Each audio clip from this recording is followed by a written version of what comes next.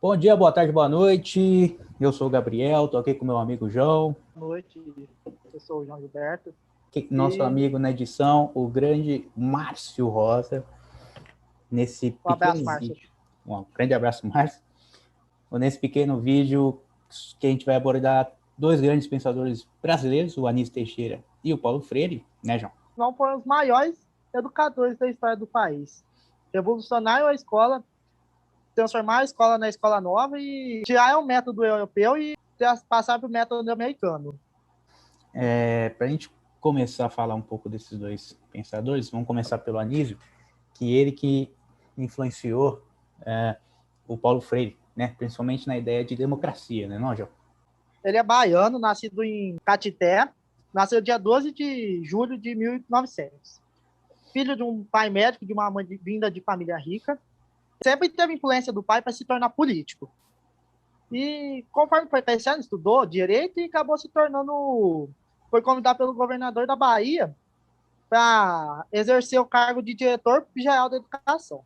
Ali ele surgiu a vontade de ser educador e ter essas influências. Isso no auge dos seus 18, 20 anos. E tinha influência primária de Omar Bios, um pedagogo belga. Gostava tanto desse belga, esse pedagogo belga das ideias americanas mesmo, que ele mandou traduzir um primeiro capítulo de um livro desse e distribuiu para todos os professores da rede pública da Bahia até então. Só que até então as escolas eram totalmente religiosas, escolas religiosas, né? Aí ele viaja para os Estados Unidos fazer seu doutorado. Aí ele tem influência de um outro autor. Aí esse daí sim ele vai levar para a vida toda dele, que é John Dewey, que foi a inspiração, sim, basicamente, da vida dele, por causa que a educação dele, o método de educação dele é totalmente moderno para a época. Baseado em John Dewey, estou fazendo um resumão da vida dele, viu, pessoal? Baseado em John Dewey, nos anos 20 e 30, ele difundiu as ideias da escola nova. O que seria essa escola nova? Ele pregava que a escola tinha que ser pública, ou seja, arcada pelo governo, laica, sem nenhum tipo de influência religiosa, de qualquer tipo, e obrigatório para todo mundo, todos os alunos, as crianças têm direito a ter que estudar, para diminuir muito o nível de educação e aumentar a qualidade dos profissionais. E não deixar só uma sociedade totalmente elitista, tipo, pessoas de baixa classe ter uma chance de subir na vida, não ser só elite. E ele foi um dos principais a assinar o Tratado Pioneiro da Escola Nova, de difundir esse tipo de ensino. Só que em 32 veio a Revolução Constitucionalista, veio Vargas, o Estado Novo, e ele começou a sofrer muita perseguição por ser considerado comunista. Isso, a primeira vez, ele já foi considerado comunista. E como ele foi considerado comunista, ele falou assim, então eu vou me exilar, deixou do cargo de ensino da Bahia e foi para o interior, onde ele morava. E ficou entre 35 e 45 lá na Bahia, lá no interior, e ele só traduzia livro. Nesse tempo, traduzindo livro, ele traduzia autores pedagogos de outros países e adquiriu mais conhecimento. E também, em 35, ele tinha fundado a Universidade do Distrito Federal, que depois de acabar o fim do Estado Novo, ele teve um governador que também se exilou, foi Otávio Mangabeira. Ele é muito amigo do Anísio e convidou ele. Assim, chamou ele para ser secretário da Educação da Bahia, dos anos de 1946, entre 46 e 50, ou 49. E nesse ano, ele realizou o sonho dele. O sonho dele que é fazer a primeira escola pública, laica e obrigatória na Bahia. Ele fez isso daí em Salvador, nos anos 50. E a escola foi um sucesso. A escola, eu acho que chama Colégio Parque ou Parque Colégio. É um desses nomes. A escola até hoje existe e foi um sucesso. Usa o mesmo método que ele usava. Tipo, ele fazia, junto com os estudos, fazia outras atividades depois da escola, a escola em período integral, e sempre influenciando algumas atividades, sabe? Costura de couro, moldura, música, tanto que no documentário que a gente usou, que eu assisti, foi mostrado que eles foram até no Rio de Janeiro, foi reconhecido pela ONU como um modo novo de ensino. Realmente conseguiu. Ele trabalhou também posteriormente em cargos públicos no Rio de Janeiro, revolucionou o ensino, tanto na Bahia quanto no Rio de Janeiro, servindo de exemplo para vários educadores e para vários estados no Brasil, que até então as é basicamente totalmente elitistas e religiosos e não é obrigatório, só quem tinha condições mesmo. Depois, nos anos 50, ele dirigiu o INEP e também foi o criador e primeiro diretor da CAPES, a Campanha Nacional de Aperfeiçoamento de Pessoas de Nível Superior. Foi diretor até o ano de 64. Também tendo dirigido a UNB entre 63 e 64, sendo destituído do cargo pelos militares. Foi quando começou a ditadura, até quando chegou um punhado de exército, foi uma campanha de guerra mesmo. Chegou tanques, militares, tirando todo mundo, levando todo mundo preso e pega aquele alvoroço e levou. Como ele já tinha sido alvo de perseguição na primeira vez por ser tratado comunista, dessa vez ia ser diferente. Dessa vez foi até pior. Porque a sua morte foi totalmente misteriosa. Tipo, ele sumiu 2 dias, daí 2 dias acharam ele caído num fosso no elevador, sem nenhum tipo de ferimento, nem nada que mostrasse. Só que aí foi lá e foi tido. Só que as influências dele foram muito boas, tanto que influenciou o Paulo Freire. A questão da escola nova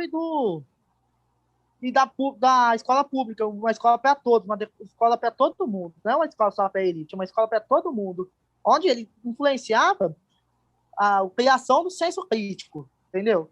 E isso influenciou muito o Paulo Freire, que o Gabriel vai falar agora. Então, o Anísio foi um cara que iniciou uma grande aventura na educação brasileira, né? Que a gente vem batalhando até hoje, né? Principalmente na questão democrática. Foi uma das principais ideias do Anísio que influenciou o Paulo, né? Quando a gente fala aí que o Anísio Teixeira, ele queria uma escola que estava preocupada com as demandas da atualidade, então ele buscava fazer que essa escola contribuísse para a modernização do país, certo? Então, ele pensava nessa civilização mudando, uma civilização brasileira mudando, que a escola, agindo em conjunto com a modernização, tornaria a sociedade mais democrática.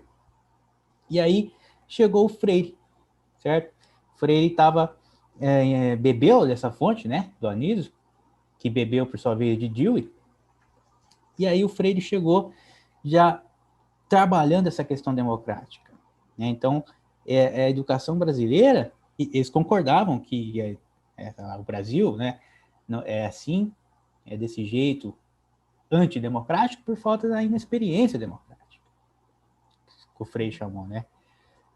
Segundo o Sérgio Fonseca, o Freire tenta responder o porquê dessa inexperiência democrática brasileira, muito pelas condições de formação histórica, que a gente se moldou, né, os pesos das relações humanas hierarquizadas e autoritárias, que deixava o ser humano precisava de ter alguém no comando, não assim ele não exercia a sua democracia. E aí o Freire, ele foi falando, não, precisamos de uma escola democrática, precisamos de uma escola que ensine, mas que também uma escola que ensine fora da escola.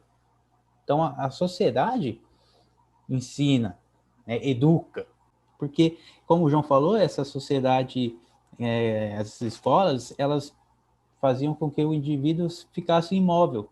As escolas, por serem pagas, os pais nem queriam pôr aluno. Os pais queriam deixar os alunos na roça trabalhando a vida inteira, para encher analfabeto e lá e ficava, né? Mobilidade do indivíduo, né, João? Uma educação bancária. E, o Freire era contra. Para o Freire, a educação teria que formar o homem íntegro e democrático, né? É o princípio da libertação. O Freire forma suas ideias no humanismo. Então, a educação, por Freire, é transformadora da realidade. Porque é através dela de que esse homem, barra mulher, né, barra indivíduo, a pessoa oprimida pelo opressor, vai conseguir se libertar. O Freire fala que, além de ser democrático, tem que ter muito diálogo. Você tem que conversar com o seu aluno. A relação professor e aluno tem que ser horizontal e não vertical. O professor também vai aprender com o aluno, porque antes de ensinar conteúdo, o professor tem que saber quem é aquele aluno. E o Freire fez um método de alfabetização de adultos, que depois mais tarde seria utilizado para alfabetização de crianças também, que ele começou a ensinar através da cultura ali, da sociedade cultural local. Então ele pegava palavras que as pessoas utilizavam no dia a dia, e a partir dessas palavras apresentava conceitos, e esses conceitos eram ensinados, e as pessoas aprenderam a pensar criticamente sobre a sociedade em que ela vivia. Então, mais uma vez, educação como prática de liberdade. E papel importantíssimo do professor nessa educação como prática de liberdade, porque além de ser o ponto onde que ele vai promover o diálogo, ele tem que ter sim uma crítica política, né, da educação, uma conscientização, né, João? E também o Paulo Freire falava, e o Paulo Freire no documentário que eu também assisti, ele falava, eu sou educador educando. Ele fala que ele mesmo, ele sendo educador, sempre tinha que estar se aprendendo novas formas de poder estar ensinando, com a realidade que os outros passavam. Exatamente. Então, o Paulo Freire foi alfabetizado na própria casa, né? Os pais deles, embaixo de uma mangueira. Então, veja, a educação fora da escola. Não é só a escola que ensina. Ele também não é nem de família elitista, tanto que ele até disse que passou fome na grande depressão de 29. Ele é de uma família simples e usou o que ele tinha ali para aprender, né? Sim. E aí, essa que o João falou, essa ensino mútuo, né? Aprendizagem mútua, professor barra aluno, professor aluno, é o que ele fala. Não há docência sem discência. Então, é através dessa ação educativa com diálogo, né? Sempre com diálogo, porque é através do diálogo que a praxis humana da educação vai estar entrando, vai estar em ação.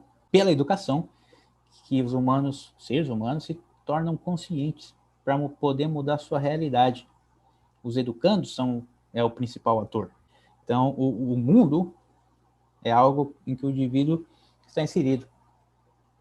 E aí, nesse mundo, é que ele precisa ter a capacidade de conhecê-lo e, conscientemente, mudar, tornar o mundo mais justo, através da educação. Então, ainda sobre Paulo Freire, o importante é a gente falar do método dele, de alfabetização. Ele começou com esse método com alfabetização com adultos. Lá em Angicos, no interior do Rio Grande do Norte, Paulo Freire conseguiu alfabetizar 100 cortadores de cana em 45 dias, com um método... Ele usou o método dialético, onde que ele buscou conhecer o vocabulário dessas pessoas, o dia a dia dessas pessoas. Então ele pegou e educou fora da sala de aula, fora da escola, do seu círculo de cultura. Ele trouxe a educação para essas pessoas através do que o João falou, da dialética, conscientizando esses alunos, fazendo ser sujeitos históricos, fazendo entender a sua realidade para intervir na sua própria realidade, mudando a sua história. Né, João? Então, uma pessoa crítica, né? E uma coisa que me chamou a atenção, tanto no Anísio Teixeira quanto no Paulo Freire, é que os dois foram perseguidos politicamente por serem tratados como comunistas. Acho que por ir contra a elite, né, da época, eles simplesmente tratavam como comunistas. Tipo, só porque que as pessoas tivessem condições iguais de ensino, como um filho de um agricultor, de uma pessoa que está brincando na lavoura vai virar médico. Eles não aceitavam isso. E eles perseguidos mesmo. Quando alguém busca a melhoria da vida de pessoas de baixa renda, que não tem dinheiro, alguns ficam incomodados. Até hoje no Nordeste tem muita gente, muita família que tira a criança da escola para botar ela quebrar castanha, quebrar ela fazer carvão, fazer essas coisas, não ajudar na lavoura para ter renda para a família. Agora, se a escola fosse até esses pais, atingisse esses pais, talvez eles conseguiram um serviço melhor, uma vida, porque muitos já vêm dessa linhagem assim de tirar filho de escola para estudar e tal, e isso fica, né? Vai seguindo um ciclo. Se não fosse esses dois, principalmente o Anísio Teixeira, ter criado a primeira escola pública. A gente vê que esses dois educadores, dois pensadores educacionais foram muito importantes para nossa cultura brasileira, nossa sociedade, e que se hoje a gente seguisse mais ideias como a de Anísio, como a de Freire, talvez estaremos melhor, né? e sempre buscando revolução, né? Porque é um processo que ele sempre está mudando, né? Sempre vai da realidade, como o que você tem em volta para você trabalhar. Naquela época não tinha um celular, não tinha um nada. No giz e lousa e caderno, hoje em dia fica aí até mais fácil, né? Conseguir usar esse conceito 100%. Bom, então, essa foi nossa apresentação sobre Paulo Freire, sobre Anísio Teixeira. Espero que o nosso intuito foi passar um resumo, né, sobre eles, tanto pelo pouco espaço de tempo. Se a gente fosse falar deles, seria muito mais. Precisaríamos de muito mais, né? Grandes e importantes mentes do Brasil. Eu agradeço ao João. Também um abraço aí, meu amigo. E ao Faustino e a todo mundo que estiver assistindo aí o vídeo. E o Márcio, principalmente. Grande abraço, Márcio, Faustinão, galera. Obrigado e até a próxima, hein? Até a próxima.